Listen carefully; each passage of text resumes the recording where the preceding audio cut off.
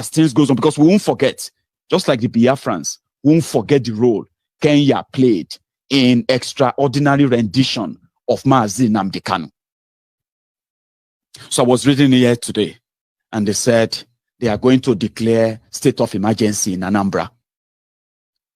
Just a few days ago, David Hundeyi came out and he said, and he released the report, a detailed investigative report of the origin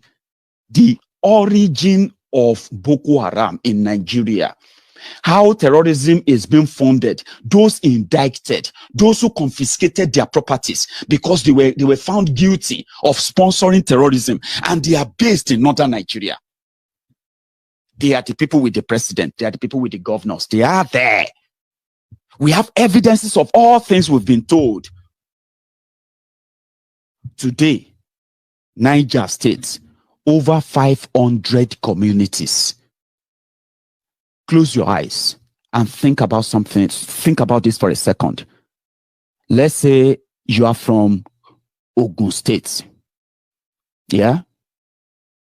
Ogun State has 230, I think it's about 234, thereabout political wards.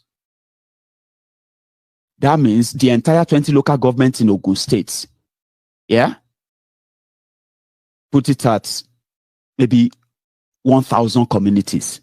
Now imagine if they say 500 of those communities are no longer under Ogun State. They are now being controlled by bandits, by terrorists. And people in those communities, those they have not killed, are now paying taxes to them right now in Nigeria. That is Niger State. That is where Abdul Salami Abubakar come from. That is where Babangida come from. Niger State. 500 communities now no longer under Nigeria. They are now being controlled by terrorists. But there is no state of emergency there. Zamfara State. More than 2/3 of their local government areas there are now being controlled by bandits, by terrorists who are daily kidnapping and killing and killing and killing. Many of those places are no go area anymore. There is no state of emergency there. Southern Kaduna, where hundreds of thousands of people have been killed, displaced, maimed, there is no state of emergency there. Sokoto State, that is the capital of the ISWAP, there is no state of emergency there. But Igbo land, where I told you that if you continue to believe the story and the narrative of unknown gunmen being IPOB member, you are playing into their hands. Yes, IPOB are they are always with the constant messages of if you try this, we will do that. If you don't do this, we will do that, and the rest of that. But they have never been caught or seen to attack anybody. When this whole attack started, when these attacks started increasing and all of that in Igbo land, especially when the inroad of Opus Odinjo into the heartland of Igbo land, into the heart of Igbo land, Imo State, so which opened doors for the APC, Egbekegbe, to further entrench their terrorism, just entrench it and further, right? From that moment, they created their unknown gunmen. Something crazy happened yesterday, right? There was a gunshot, on Onitsha Road, Owerri or so, in Imo State. Unknown gunmen attacking a place. Then police responded.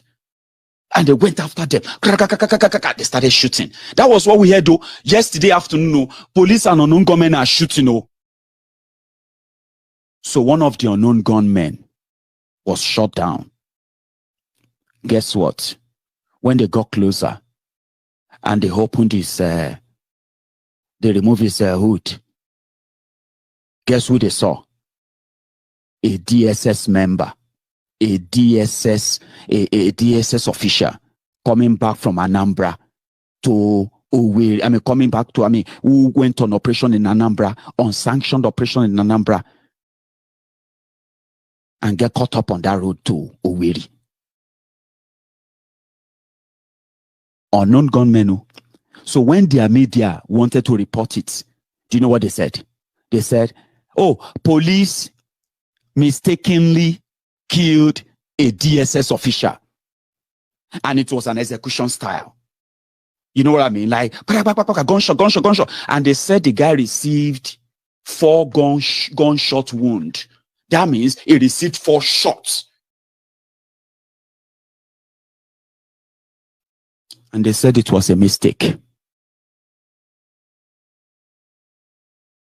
I have told you many times, there are things that don't make sense, okay? If they tell you that those who are killing people, for example, look at Dr. Chike Akunyili, the husband of Professor Dora Akunyili. The man is a doctor, right? In fact, he was a philanthropist. Somebody that actually supports Biafra. Now, there is no record of anything or anywhere is being against or working against IPOB. Those who are working publicly against IPOB are still flexing and working about because they know nothing will happen to them. But since this is the season of politics, where dog eats dogs, and then innocent chicken that strays will also be fed to these hungry dogs. Right? When you look at it, what proof or what gain would killing Chike Akunyili be for Biafran struggle? Ask yourselves. Like, what is the connection? Was he one of those who established Ebube Lizard to go after ESN and their family members, their friends, to start killing them? Is he one of those who organized that? Of course not. Is he one of those who came together to proscribe IPOB as a terrorist organization and continue to call them terrorist organization in Igbo land? Of course not. Now, when you look at it very well, they called him to come and take an award, a posthumous award for his wife. He returned back to Anambra and he got assassinated. That is what they have turned the Eastern Nigeria to right now. Because, yes, when everything comes down, when everything goes down, yeah, Bokwari will have them there to handle things for him, whereby as long as they get paid, it doesn't matter whose blood. And that is why they have started what they called Operation Golden Dawn. And this evening, Malamu threatened that they were going to declare state of emergency in Anambra because of the killings going on in Eastern Nigeria. 38 people killed by Fulani terrorists in Benue. More than 189 people killed in Southern Kaduna in just about 5 days alone, just last week. All those killings don't matter to them. You know why? Because they are killings orchestrated by them, right? Anambra is boiling. Igbo land is boiling because that's what they want it to be. But what about this? When we talk about NASCO, those who have made the northern Nigeria completely ungovernable and totally out of the control of Nigeria as we speak, those people are walking about and unpunished, right? While they are declaring war on Eastern Nigeria. They have moved artillery down there now. They said it is Operation Golden Dawn, and they are going after IPOB and ESN. Innocent people. They'll be going into their homes and all of that. But guess what? The terrorists who brought terrorists upon Nigeria, they are walking free. Let me take a break with this expose. You have been hearing about David. I was talking to somebody. I said, listen, let's just take a minute and just imagine that when the report of those who started Boko Haram in Nigeria. Boko Haram that has led to the death of hundreds of thousands of people, including 300,000 children alone. Those who made that happen, and the families of the victims, especially in northern Nigeria, they are calm after the news came out. They are calm. You know why? Because they are religious leaders. The terrorists who they call their clerics, are the sponsor of terrorism, and they have been mentioned. They dare not come out and fight. But imagine it for a minute. Let's say they say Inonso Motor. You see this Inonso Motor from the east.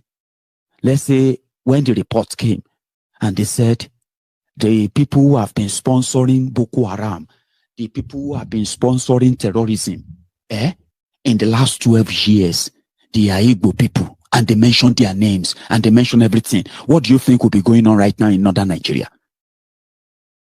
Or they say, look at this report. So the people who have been sponsoring terrorism in Nigeria, so they have been Yoruba people. So they have been the ones using the money to buy weapons. And we have been thinking it's the full. What do you think will be going on in northern Nigeria right now? But since this news broke, since it broke, it has been the silence of, it's like the quietness of the graveyard. But we're not going to make it go away. They want you to call Nnamdi Kanu a criminal. They want you to call Oluye Sunday Igboho a criminal for committing no crime, for doing nothing. Why the real criminals are